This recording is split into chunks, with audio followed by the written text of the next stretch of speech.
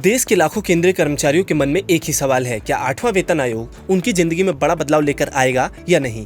क्या सैलरी में बम्पर बढ़ोतरी होगी या फिर उम्मीदें एक बार फिर से अधूरी रह जाएंगी। फिटमेंट फैक्टर से लेकर महंगाई भत्ते तक हर एक छोटी बड़ी जानकारी पर कर्मचारियों की नजरें टिकी हुई हैं। इसी बीच 8वें वेतन आयोग से जुड़े 3 बड़े अपडेट सामने आए हैं, जिन्होंने कर्मचारियों की उम्मीदों को और बढ़ा दिया है। 8वें वेतन आयोग को लेकर क्यों बढ़ी हलचल। तो देश भर के केंद्रीय कर्मचारी और पेंशन भोगी लंबे समय से 8वें वेतन आयोग का इंतजार कर रहे हैं। हर कर्मचारी के मन में कुछ बड़े सवाल हैं। नई सैलरी कितनी बढ़ेगी, फिटमेंट फैक्टर कितना तय होगा, क्या महंगाई भत्ता बेसिक सैलरी से जुड़ जाएगा, पेंशन में कितना फायदा मिलेगा और नया वेतन आयोग कब लागू होगा। इन सवालों के बीच अब आयोग ने अपनी प्रक्रिया को और तेज कर दिया है। अलग अलग विभागों से जानकारी जुटाई जा रही है, कर्मचारी और संगठनों से सुझाव लिए जा रहे हैं और फिटमेंट फैक्टर को लेकर चर्चा भी और तेज हो गई है। बात करें पहले बड़े अपडेट की, तो वो है मंत्रालयों और विभागों से डेटा जमा करने की समय सीमा बढ़ी। 8वें वेतन आयोग ने केंद्र सरकार के अलग अलग मंत्रालयों, विभागों और केंद्र शासित प्रदेशों से कर्मचारियों से जुड़ा जरूरी डेटा मांगा था। इस डेटा में कई महत्वपूर्ण जानकारियां शामिल थीं, जैसे कि कितने कर्मचारी किस पद पर काम कर रहे हैं, अलग अलग कैटेगरी में कितने पद हैं, कर्मचारी की मौजूदा वेतन संरचना क्या है, कौन कौन से भत्ते मिल रहे हैं, कितने पद खाली हैं, सरकार पर वेतन और पेंशन का कितना खर्च आ रहा है। लेकिन कई विभाग समय पर जानकारी उपलब्ध नहीं करा पाए। इसके बाद आयोग ने डेटा जमा करने की आखिरी तारीख को बढ़ाने का ऐलान कर दिया। ये डेटा इतना जरूरी क्यों है? दरअसल वेतन आयोग सिर्फ अंदाजे के आधार पर फैसला बिल्कुल नहीं करता है। उसे यह समझना होता है कि सरकार के पास कितने कर्मचारी हैं, उनकी जरूरतें क्या हैं और वेतन बढ़ाने से सरकारी खजाने पर कितना असर पड़ता है। यही डेटा तय करने में मदद करता है कि नया पे स्ट्रक्चर क्या होगा, भत्ते में कितना बदलाव किया जा सकता है, सरकार पर कितनी अतिरिक्त वित्तीय बोझ आएगा। यानी जितना सही जानकारी आयोग के पास होगी, उतनी ही बेहतर और व्यवहारिक सिफारिशें तैयार हो पाएंगी। दूसरे बड़े अपडेट की बात करें तो वो है राज्यों में जाकर कर्मचारियों की राय ले रहे हैं आयोग। 8वां वेतन आयोग सिर्फ दिल्ली में बैठकर रिपोर्ट तैयार बिल्कुल नहीं कर रहा है। आयोग अब अलग अलग राज्यों में जाकर कर्मचारियों, संगठनों, मंत्रालयों और विशेषज्ञों से बातचीत कर रहा है। हाल ही में क्षेत्रीय स्तर पर बैठकों का आयोजन किया गया था, जहां कर्मचारी और पेंशन भोगी संगठनों को अपनी मांग और सुझाव रखने का पूरा मौका दिया गया था। इन बैठकों में मुख्य रूप से इन मुद्दों पर चर्चा हो रही थी, जिसमें वेतन संशोधन, पेंशन में सुधार, महंगाई भत्ता, मकान किराया भत्ता, मेडिकल सुविधाएं, बच्चों की शिक्षा से जुड़ी सहायता, प्रमोशन व्यवस्था, कैडर सुधार, फिटमेंट फैक्टर। कर्मचारी संगठन चाहते हैं कि नया वेतन ढांचा ऐसा हो जिससे अगले कई वर्षों तक कर्मचारियों की आर्थिक स्थिति मजबूत बनी रहे। तीसरा और सबसे बड़ा मुद्दा, फिटमेंट फैक्टर पर बढ़ी बहस। अगर 8वें वेतन आयोग से जुड़े किसी एक मुद्दे की सबसे ज्यादा चर्चा हो रही है तो वो है फिटमेंट फैक्टर।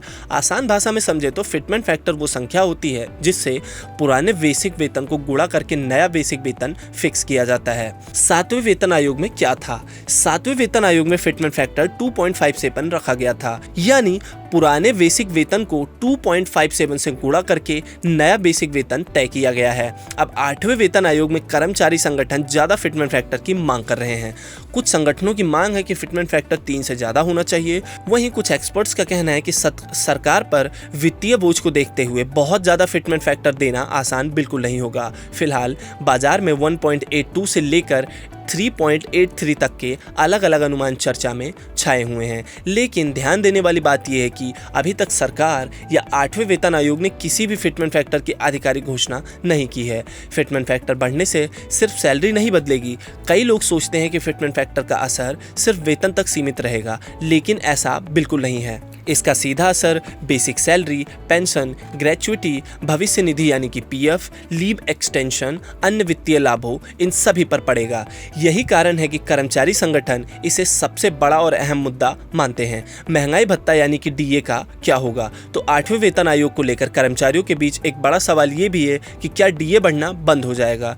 तो इसको लेकर स्थिति बिल्कुल साफ है। जब तक 8वां वेतन आयोग लागू नहीं होता, तब तक कर्मचारियों को 7वें वेतन आयोग के नियमों के सारी महंगाई भत्ता मिलता रहेगा, यानी आने वाले डीए बढ़ोतरी पुराने नियमों के तहत ही होगी। हालांकि एक बड़ा सवाल अभी भी बना हुआ है कि क्या नया वेतन आयोग लागू होने से पहले महंगाई भत्ते को बेसिक सैलरी में मर्ज किया जाएगा या नहीं। तो इस पर अभी तक कोई भी आधिकारिक फैसला नहीं आया है।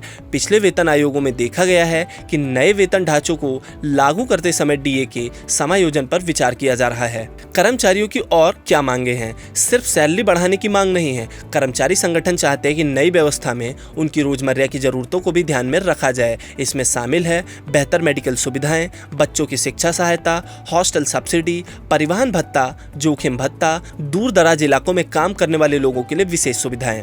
वहीं पेंशनभोगी संगठन भी चाहते हैं कि नई व्यवस्था में बढ़ती महंगाई को ध्यान में रखते हुए पेंशन में भी थोड़ा उचित सुधार किया जाना चाहिए। सरकार के सामने अब सबसे बड़ी चुनौती क्या है? 8वें वेतन आयोग के सामने सबसे बड़ी चुनौती है कर्मचारियों की उम्मीदें और सरकार की आर्थिक क्षमता के बीच संतुलन बनाना। एक तरफ करोड़ों कर्मचारी और पेंशन भोगियों की उम्मीद है कि उनकी आय बढ़े और जीवन स्तर बेहतर हो, तो दूसरी तरफ सरकार को अपने बजट और वित्तीय स्थिति का भी ध्यान रखना होगा। इसीलिए माना जा रहा है कि आयोग सिर्फ वेतन बढ़ाने पर नहीं बल्कि पूरी वेतन व्यवस्था को ज्यादा आधुनिक, ट्रांसपेरेंट और लंबे समय तक टिकाऊ बनाने पर ध्यान देगा। अब सबसे बड़ा सवाल कि आगे क्या होगा।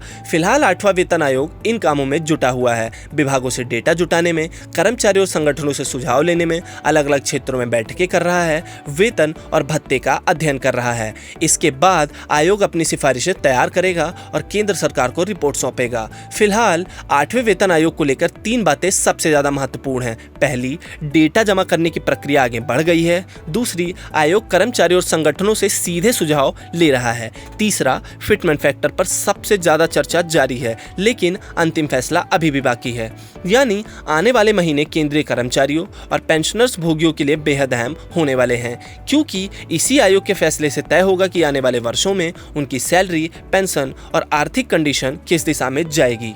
ऐसी ही और खबरों और अपडेट्स को जानने के लिए देखते रहें गुड रिटर्न्स डिजिटल।